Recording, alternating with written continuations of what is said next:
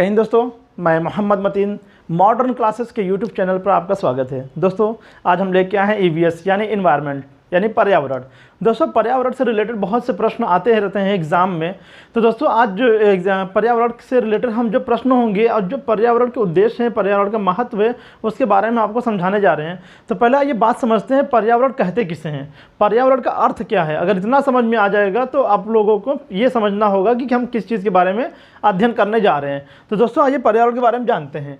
पर्यावरण दोस्तों पर्यावरण जो बना हुआ है दो शब्दों से मिलकर बना हुआ है। वो दो शब्द कौन कौन से हैं? परि प्लस आवरण। परि प्लस आवरण। दोस्तों पर्यावरण जो बना है वो दो शब्दों से मिलकर बना है। पर्यावरण का शाब्दिक जो अर्थ होता है वो होता है पर्यावरण यानी कि पृथ्वी। परि का मतलब होता है पृथ्वी, ऐसे समझिएगा, पृथ्वी। आवरण का मतलब होता है चारों ओर से घिरा हुआ, चारों ओर से घिरा हुआ। अब बात समझ में आ गया होगा दोस्तों। इसका मतलब हमें उसके बारे में अध्ययन करना है, हमें वो अध्ययन करना है यानी जो पृथ्वी के चारों ओर से घेरे हुए हैं, यानी पृथ्वी जिससे चारों ओर से घिरी हुई है, हम सब उन सब के बारे में अध्ययन करेंगे। वो चाहे पेड़ हो, पौधे हो, जल हो, स्थल हो, वायुमंडल हो, जीवमंडल हो, उन सब के बारे में अध्ययन को ही हम बोलेंगे पर्यावरण। यानी आप देखते होंगे पृथ्वी के चारों ओर से घेरने का मतलब क्या है कि पृथ्वी पे पर्वत भी है, पठार भी है, स्थल भी है, मरुस्थल भी है। तो वो भी क्या होगा, यानी वो स्थल मंडल के भाग हो जाएंगे। तो स्थल मंडल के जब भाग होंगे तो वो क्या कहलाएगा? पर्यावरण का ही भाग है। जलमंडल में आइए, सागर, महासागर, झील, नदियाँ, ये सब क्या कहलाएंगे? ये भी पर्यावरण के भाग हैं। अगर आप बात करेंगे कि अगर जीवमंडल में आ जाएंगे तो जीव जंतु जितने भी आएंगे वो भी इसके घटक बोले तो भाग, तो घटक हो जाएंगे। उसके बाद वायुमंडल में आएंगे, जो पांचों मंडल हैं वो भी क्या होंगे? पर्यावरण के ही घटक होंगे। तो दोस्तों आइए सबसे पहले हम जानते हैं कि पर्यावरण को इंग्लिश में क्या कहते हैं। दोस्तों पर्यावरण को इंग्लिश में कहा जाता है इन्वायरमेंट। क्या कहा जाता है? एनवायरमेंट। इन्वायरमेंट।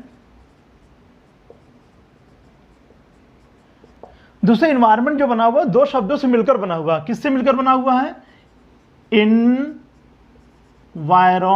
यानी एनवायरन प्लस मेंट। दोस्तों एनवायरन का मतलब होता है घिरा हुआ। एनवायरन का मतलब होता है घिरा हुआ है, और मेंट का मतलब होता है चारों ओर से।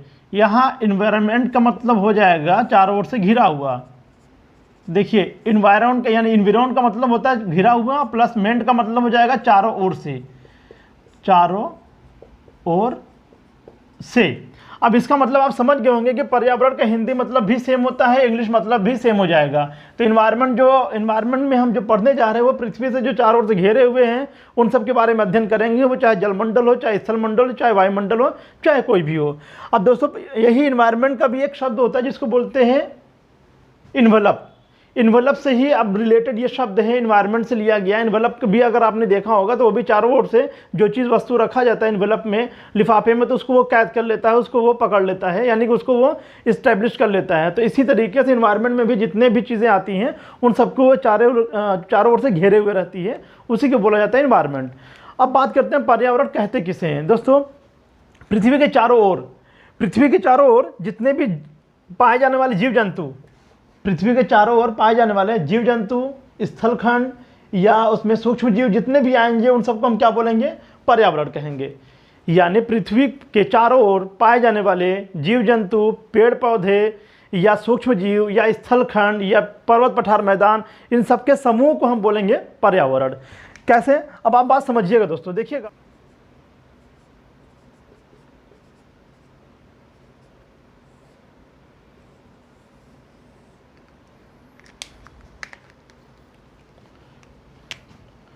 अब दोस्तों यहां आप लिख देते हैं लिथोस्फीयर, यानी लिथोस्फीयर। क्या हो गया ये? लिथोस्फीयर में क्या आ जाएगा? यानी कि ये स्थल मंडल हो जाएगा। स्थल मंडल।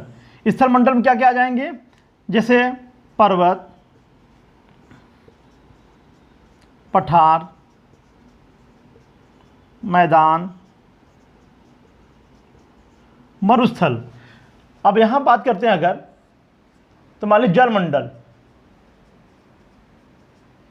जलमंडल को इंग्लिश में क्या बोलते हैं दोस्तों? इसको बोलते हैं हाइड्रोस्फीयर।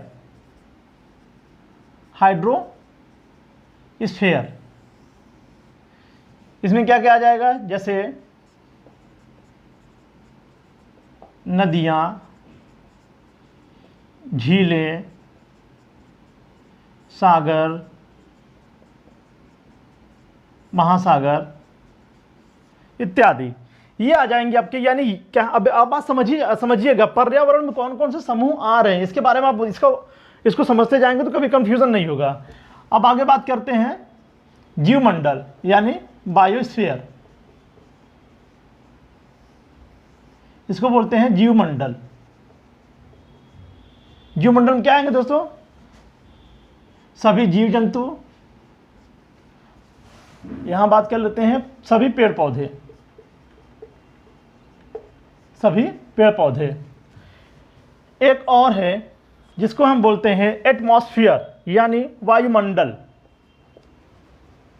एटमॉस्फेयर यानी वायु मंडल। अब दोस्तों वायुमंडल के 5 पार्ट होते हैं, उन पांचों का भी योगदान है। अगर हम देखा जाए तो पर्यावरण में उन पांचों का योगदान है, लेकिन अगर मुख्य रूप से देखेंगे तो 2 का योगदान है। वो कौन कौन से मंडल होंगे, जिसको बोलते हैं क्षोभ मंडल और समताप मंडल। तो यहां लिख लीजिएगा क्षोभ मंडल, समताप मंडल, क्षोभ मंडल और समताप मंडल। अब बात समझिएगा दोस्तों, अब बात ये, अगर इन सबके समूह को अगर हमें एकत्रित कर दिया जाए, अगर इन सभी के समूहों के यानी सबको मिला दिया जाए तो इसको हम बोलेंगे पर्यावरण। बात समझिएगा आप, इसको बोलेंगे पर्यावरण। अब ये एक पृथ्वी है, एक पृथ्वी है, पृथ्वी के चारों ओर ये सब विद्यमान है। उन सब में से अगर हम किसी को भी कम कर दें, किसी को भी हटा दें तो पर्यावरण नहीं रह जाएगा। उसमें से कोई भी अगर एक चीज़ को हटा देंगे तो अगला वो चीज़ जीवित नहीं रह पाएगा। कैसे, मैं बता देता हूँ। जैसे सपोज मान लिया अगर हम जलमंडल को निकाल दें, क्या जलमंडल धरती पर जल ही ना हो तो क्या जीवन संभव है? नहीं है। कैसे, बात समझिएगा। कई तरीके हैं समझाने के, कई तरीके समझने के, कई तरीके हैं। जलमंडल जब धरती पर जल नहीं रहेगा तो कोई भी जीव जीवित नहीं रह पाएगा। वो चाहे पेड़ पौधे हों, चाहे जीव जंतु हों, चाहे सूक्ष्म जीव हों, चाहे बाहरी जीव हों। तो जब वो जीवित नहीं रहेगा तो जाहिर सी बात है उन जीव जंतुओं में हम भी आएंगे, वनस्पति भी आएगा, वो मांसाहारी जानवर भी आएंगे, शाकाहारी जानवर भी आएंगे, जीव भी आएंगे, जंतु भी आएगा। तो जब जल ही नहीं रहेगा तो जीव जंतु आएंगे कहाँ से? तो जब यही नहीं रहेंगे तो फिर वो पर्यावरण नहीं कहलाएगा। तो अन्य ग्रहों की तरह यह भी एक ग्रह हो जाएगा जिसमें जीव ही नहीं हो। तो बात समझिएगा, तो जिस ग्रह पर पर्यावरण नहीं है वहां पर जीव जंतु नहीं है, ये भी बात समझिएगा। अब बात समझिए, चलिए मान लिया हमने कहा कि इसको हम ले लेते हैं, यानी जलमंडल को ले लेते हैं। अब बात करते हैं कि लिथोस्फीयर को हटा दिया जाए, यानी कि स्थल मंडल को हटा दिया जाए, तब क्या पर्यावरण रह जाएगा? बिल्कुल नहीं रह जाएगा। क्यों? क्योंकि जब लिथोस्फीयर हटा देंगे तो पर्वत नहीं रहेगा, पठार नहीं रहेगा, मैदान नहीं रहेगा, मरुस्थल नहीं रहेगा। उसमें जंतु कहाँ रहेंगे? हम लोग कहाँ रहेंगे? जब तक वो जंतु धरती पर नहीं रहेगा तो वो पर्यावरण नहीं कहलाएगा। ठीक है। अब बात करते हैं, अगर बायोस्फीयर जीव जंतु यानी कि जीवमंडल को अगर हटा दिया जाए तो जाहिर सी बात है जब जीवमंडल को हटा दोगे तो बिल्कुल ये पर्वत पठार मैदान रह ही नहीं जाएंगे, ये बेकाम के हो जाएंगे। तो वो हम पर्यावरण नहीं कह सकते उसको। ठीक है। चलिए, अगर आप सोचते होंगे कि एटमॉस्फेयर को हटा दिया जाए, अगर इसमें से अगर एटमॉस्फेयर को हटा दिया जाए यानी वायुमंडल को हटा दिए, तब क्या ये सब बच पाएंगे? अच्छा, देखते हैं कैसे बचेंगे। एटमॉस्फेयर में क्या है? वायुमंडल में वायु का समूह है, यानी वायुमंडल किसे कहते हैं? पृथ्वी के चारों ओर से घेरे हुए वायु के समूह को हम क्या बोलते हैं? वायुमंडल कहलाते हैं। इसमें 2-3 गैसें जो महत्वपूर्ण हैं, जैसे नाइट्रोजन और ऑक्सीजन। दोस्तों आपको पता है जब नाइट्रोजन और ऑक्सीजन नहीं रहेगा तो कोई भी जीव जंतु जीवित नहीं रह पाएगा। जब जीवित नहीं रह पाएगा तो पेड़ पौधे में कार्बन डाइऑक्साइड नहीं मिलेगा, कार्बन डाइऑक्साइड नहीं मिलेगा तो वो सांस नहीं ले पाएंगे, वो सांस नहीं ले पाएंगे तो हमें ऑक्सीजन नहीं दे पाएंगे। जब ऑक्सीजन नहीं दे पाएंगे तो ये नाइट्रोजन और ये जब ऑक्सीजन नहीं रहेगा तो मिश्रित नहीं होंगे, मिश्रण नहीं बनाएंगे तो फिर हम लोग जीवित नहीं रह पाएंगे। इसका मतलब है कि जो कंपोनेंट्स है, ये जो घटक है, इनका रहना बहुत अति आवश्यक है पर्यावरण में। इसमें से अगर कोई एक चीज़ को अगर हम लोग डैमेज करते हैं तो वो हमारा पर्यावरण नहीं रह जाएगा। इसी को देखते हुए दोस्तों कई ऐसी योजनाएं संरक्षण से यानी कई ऐसे अधिनियम पारित किए गए हैं इंटरनेशनल लेवल पर और नेशनल लेवल पर, जिसके बारे में हमें आगे चर्चा करनी है। दोस्तों अब इतना आप समझ गए होंगे, इतना ये समझ में आ गया होंगे पर्यावरण किसे कहते हैं। इन सबके समूह को हम पर्यावरण कहते हैं। इन सबके स्ट्रक्चर अगर बनाना हो दोस्तों तो आप बना लो, इन सबके अगर स्ट्रक्चर आपको बनाना है तो आप बना सकते हैं। अब बात करते हैं पर्यावरण के घटक कौन कौन से हैं। यानी कंपोनेंट्स ऑफ इन्वायरमेंट, कंपोनेंट्स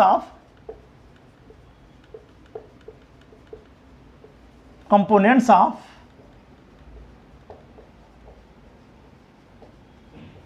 यानी पर्यावरण के घटक, पर्यावरण के घटक। दोस्तों पूछा जाता है पर्यावरण किसे कहते हैं, तो आपको बताना होता है कि सभी जैविक एवं अजैविक घटकों के समूह को हम बोलते हैं पर्यावरण। अब ये जैविक तथा अजैविक क्या होते हैं, यानी बायोटिक और अबायोटिक क्या होते हैं, इसके बारे में जानना ज़रूरी है। तो आइए बात करते हैं पहले यानी बायोटिक के बारे में। बायोटिक यानी जैविक। ये जैविक क्या है दोस्तों?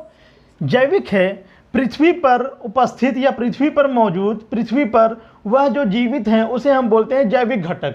यानी पृथ्वी पर जीवित घटक, जीवित जो लिविंग पर्सन है, जो लिविंग चीज़ें हैं उनको हम बोलते हैं जैविक घटक। जैसे पेड़ पौधे, जीव जंतु, जानवर, मानव, सूक्ष्म जीव, बैक्टीरिया, ये सब क्या कहलाएंगे? ये जैविक घटक कहलाएंगे दोस्तों। अब बात करेंगे अबायोटिक की, यानी अजैविक घटक की बात करेंगे। दोस्तों अगर अजैविक घटक की बात करेंगे तो अजैविक में आ जाएगा नदियाँ, जल, स्थल, वायु, ये सब क्या कहलाएंगे? ये सब अजैविक कहलाएंगे। आइए हम थोड़ा लिख देते हैं ताकि आप लोग को समझने में आसानी हो। जैसे पेड़ पौधे, जीव जंतु, मानव, सूक्ष्म जीव आदि। अजैविक घटक में बात करेंगे तो जल, स्थल, वायु एवं सभी निर्जीव वस्तुएं, सभी निर्जीव वस्तुएं। तो दोस्तों सभी निर्जीव वस्तुएं भी क्या कहलाएंगी इसमें? वो कहलाएंगी अबायोटिक। यानी अगर कहा जाए तो सभी, यानी पेड़ पौधे, जीव जंतु, वायु, सूक्ष्म जीव, स्थलखंड, जल मंडल, जीव मंडल, सभी के समूह हम क्या बोलेंगे? पर्यावरण कहेंगे। तो देखिए दोस्तों इस तरीके से अब आपको ये समझ में आ गया होगा कि पर्यावरण किसे कहते हैं। तो दोस्तों मोटी मोटी बातें समझ लिए, हमारे पृथ्वी जितने भी मौजूद हैं सारी चीज़ें, उन सबके समूह को हम बोलते हैं पर्यावरण। इनमें से किसी एक चीज़ का हटना, एक चीज़ का घट ना जाए या घट जाना, या एक चीज़ को बर्बाद कर देना हमारे लिए यह हानिकारक हो सकता है, यानी हम मानव के लिए हानिकारक होगा। और हम मानव के लिए नहीं, अगर जब कोई इसमें से कोई एक चीज़ घटेगा तो वो इंसान वो हानिकारक होगा ही होगा। वो चाहे इंसानों की प्रकृति हट जाए, चाहे जानवरों की हट जाए, या फिर किसी पेड़ पौधों में से सारे पेड़ पौधे तहस नहस हो जाए, यानी बर्बाद हो जाए, यानी कि वो ख़त्म हो जाए, तब भी हमारे लिए हानिकारक है। या जलमंडल का हट जाना, पूरा जलमंडल ही हट जाए, जब जल हट जाएगा तो वेपराइज नहीं हो पाएगा, सूर्य की रेज उसको आकर्षित नहीं करेगा, तो बादल नहीं बनेगा, बादल नहीं बनेगी तो बारिश नहीं होगी, बारिश नहीं होगी तो फिर जीव जंतु कहाँ से उत्पन्न होंगे? तो नहीं हो पाएंगे। दोस्तों इसी को देखते हुए यानी हमने क्या किया, हम इंसानों ने क्या किया कि प्राकृतिक संसाधन के रूप में ढेर सारे प्राकृतिक संसाधन निकालने के चक्कर में धरती से, और हम लोग क्या करते जा रहे हैं? पर्यावरण को हानि पहुंचाते जा रहे हैं। इन हानि पहुंचाने के कारण क्या हो रहा है कि हमारा एटमॉस्फेयर, हमारा जो एनवायरनमेंट है वो बहुत ख़राब होता जा रहा है, वो बहुत विपरीत परिस्थितियों से गुजर रहा है। इन सबको बचाने के लिए, इन सबको सेफ रखने के लिए हम क्या कर रहे हैं? उसका संरक्षण कर रहे हैं। जैसे कुछ संरक्षण अधिनियम पारित किया गया। आइए बात करते हैं। देखिए अंतर्राष्ट्रीय लेवल पर जो संरक्षण किया गया, यानी पर्यावरण संरक्षण का जो वैश्विक स्तर पर किया गया, वो 2, 3, 4, 5 का आपको याद करना पड़ेगा, क्योंकि इसके बारे में कई बार पूछा गया है। तो दोस्तों स्टॉकहोम सम्मेलन की बात करते हैं, जो इंटरनेशनल लेवल पर जो सम्मेलन हुआ था। स्टॉकहोम में 5 जून 1972 को एक बैठक होती है, जिसमें क्या कहा जाता है दोस्तों? जिसमें पर्यावरण को बचाने का हर संभव प्रयास किया जाता है और सभी देशों से निवेदन किया जाता है कि आप लोग भी पर्यावरण को बचाइए, क्योंकि एक देश चाहेगा बचाने के लिए तो कभी नहीं हो पाएगा जब तक पूरे देश न चाहे, मिलकर करेंगे तभी बच पाएगा। तो उसी जो बैठक हुई थी उसके ठीक अगले साल 5 जून 1973 को एक बैठक होती है, जिसे हम स्टॉकहोम सम्मेलन ही कहा जाता है। लेकिन बहुत महत्वपूर्ण था, क्योंकि इसी दिन एक अधिनियम पारित किया गया, इसी दिन एक अधिनियम बनाया गया, और इसी दिन से विश्व पर्यावरण दिवस मनाया जाने लगा। 5 जून को विश्व पर्यावरण दिवस मनाया जाने लगा। दोस्तों तो कभी कभी ये प्रश्न पूछा जाता है कि विश्व पर्यावरण दिवस कब मनाया जाता है। तो 5 जून को या विश्व पर्यावरण दिवस कब मनाया जा रहा है, कब से मनाया जा रहा है, तो 5 जून 1973 से। अब आगे देखते हैं दोस्तों, पृथ्वी सम्मेलन 1992। दोस्तों पृथ्वी सम्मेलन हुआ था 1992, लगभग 172 देशों ने इसमें पार्टिसिपेट किया था, यानी उसमें शामिल हुए थे। और दोस्तों इसी पृथ्वी सम्मेलन को रियो 20 के नाम से जाना जाता है। क्यों जाना जाते हैं? क्योंकि जो इसका संबंध है दोस्तों वो पृथ्वी सम्मेलन से इसका संबंध होता है। क्योंकि 1972 में इसकी बैठक हुई थी, तो 1992 में ये बैठक हो रही है। इस वजह से इसे, यानी 20 साल बाद ये बैठक होती है, तो इसे रियो 20 के नाम से भी जाना जाता है। और दोस्तों इसी बैठक में एक कमीशन बनी जिसको बोला जाता है WCED, world commission on environment and development. इस आयोग ने क्या किया, इसने एक पेश किया रिपोर्ट जिसको बोला जाता है आवर कॉमन फ्यूचर। इसका मतलब ये था, इसने ये कहा कि हमें फ्यूचर में अपने फ्यूचर को कैसे, यानी कि अगेंस्ट, यानी आने वाले कल में हमें अपने फ्यूचर को कैसे मेंटेन करना है, कैसे पर्यावरण संबंधित एक जीविकोपार्जन हमको चलाना है, उसके बारे में विधिवत इसने वर्णन किया है। तो दोस्तों ये तो हो गया पृथ्वी सम्मेलन। पृथ्वी सम्मेलन के बारे में जानते रहिएगा। पृथ्वी सम्मेलन क्यों कहा जाता है? क्योंकि ये स्टॉकहोम सम्मेलन के 20 साल बाद आयोजित किया गया था, और संबंध तो पृथ्वी से ही है, वहाँ पर्यावरण से, यहाँ पर पृथ्वी से, तो दोनों का संबंध आपस में घनिष्ठ संबंध है। इस वजह से इसे हम रियो 20 के नाम से भी जाना जाता है। अब मॉन्ट्रियल समझौता। दोस्तों मॉन्ट्रियल समझौता क्या था? वर्ष 16 सितंबर 1987 में एक बैठक हुई जिसमें कई देशों ने पार्टिसिपेट किया। इसमें कहा गया कि जितना कम से कम हो सके क्लोरोफ्लोरोकार्बन का उपयोग किया जाए, जितना कम से कम हो सके। दोस्तों क्लोरोफ्लोरोकार्बन ये है क्या और कहाँ से निकलती है? दोस्तों क्लोरोफ्लोरोकार्बन CFC जो होता है, हर वो उन यंत्रों से निकलती है जो शीतलक प्रदान करती है, जो ठंडा करती है, चाहे वो AC हो, चाहे वो रेफ्रिजरेटर यानी फ्रिज हो, चाहे वो डिस्पेंसर हो, यानी वह यंत्र जो ठंडा शीतलक प्रदान करती है, उसमें कंप्रेसर लगा रहता है। कंप्रेसर में कुछ गैस भरे होते हैं, उस गैस जब पंप करता है, यानी जो कंप्रेसर, जब कंप्रेस का मतलब भी होता है दबाव, जब दबाव पड़ता है तो उससे गैस निकलती है जिसको बोला जाता है CFC, क्लोरोफ्लोरोकार्बन। ये दोस्तों क्या करता है? ये ओजोन लेयर को डैमेज करता है। ओजोन लेयर को डैमेज करेगा तो क्या करेगा? सूर्य के प्रकाश में आने वाली पैराबैग्निक किरणें हमारे त्वचा को, यानी हमारे पृथ्वी को तहस नहस कर देगी। इस वजह से इस समझौते के तहत कहा गया कि जितना हो कम से कम हो सके CFC का यूज़ किया जाए, यानी जितना कम से कम हो सके उपयोग किया जाए, उसको 9 के बराबर भी कर दिया जाए तो अच्छा रहेगा। दोस्तों इसी को आधार मानकर 16 सितंबर 1987 को अंतर्राष्ट्रीय ओजोन परत संरक्षण दिवस मनाया जाने लगा। यानी कब से? 1987 से। किस डेट को मनाया जाता है? 16 सितंबर 1987 को अंतर्राष्ट्रीय ओजोन परत संरक्षण दिवस।